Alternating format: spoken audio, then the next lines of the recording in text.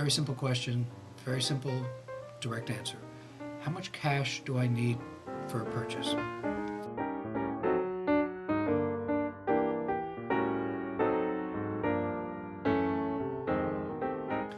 The cash you need falls into a very few number of categories. They are the down payment. Down payment is the amount of money you're going to put towards the eventual purchase price, the balance of which is made up by the loan. If you're getting gift money, whatever else, that counts as your down payment. The second amount of funds you need are to cover your closing costs. It varies by state, but in California, there are a number of requisite partners or players you have to do a loan. You must have an appraisal. You must have an escrow company, which is a neutral third party, handle the paperwork in the transaction. You must have title insurance.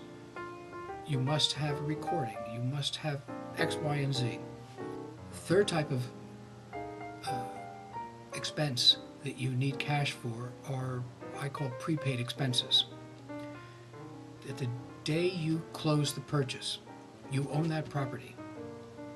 You are responsible for the property taxes for the balance of the period, which is generally a 6-month period.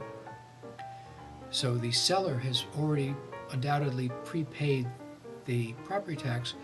You will need to pay him back for the period that you're going to be taking over. Escrow handles that transaction, but you'll be assessed that fee. You will also be paying the interest on the loan for the balance of the month that you close. So let's say you close July 20th. That money from the bank is now yours. You will pay the bank interest from July 20th to July 31st. Your actual first mortgage payment isn't going to be due until September 1st because mortgages are paid in arrears, meaning you go through the period of actual use and then you pay the bank. Why they're that generous on this point, I've never understood. It goes contrary to their being. Nonetheless, you will have been paid from July 20th to 31st. The period of August 1st to August 31st is due September 1st. It will also be for homeowners' dues if appropriate. It can be due for property insurance. The bank wants to know your insurance is covered, so these prepaid expenses must be paid at the close. Really the only other fee you could have is generally it's an optional one.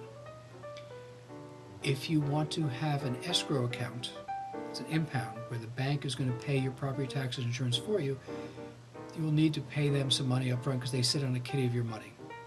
Measurable, it's there, this is up to you to pay it or not. I will provide you with the information.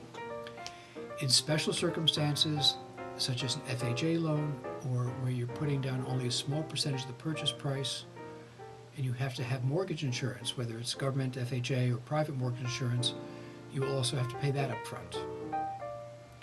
The points, which seems to be on everyone's mind at all times, depends on the broker, depends on the bank. I will tell you, typically I don't charge points. You might want to pay points when they're called discount fees because you're not paying me. My company might collect the fee, but we're effectively acting as an intermediary. Those funds go to the bank, and you're doing that at your option to get a lower interest rate. And that's something I can help you calculate as to whether that's worthwhile or not. So to recap, to make a purchase, you need your down payment, you will need your closing costs, you will need escrow accounts, there might be mortgage insurance, and once the transaction's over, the bank wants to see that you still have what are called reserves, which is generally not much. It's 2 or 3 months worth of your monthly payments. And that money can be in a retirement account, a 401k, stocks, bonds, anything. They just want to see you're not basically empty-handed after it's over.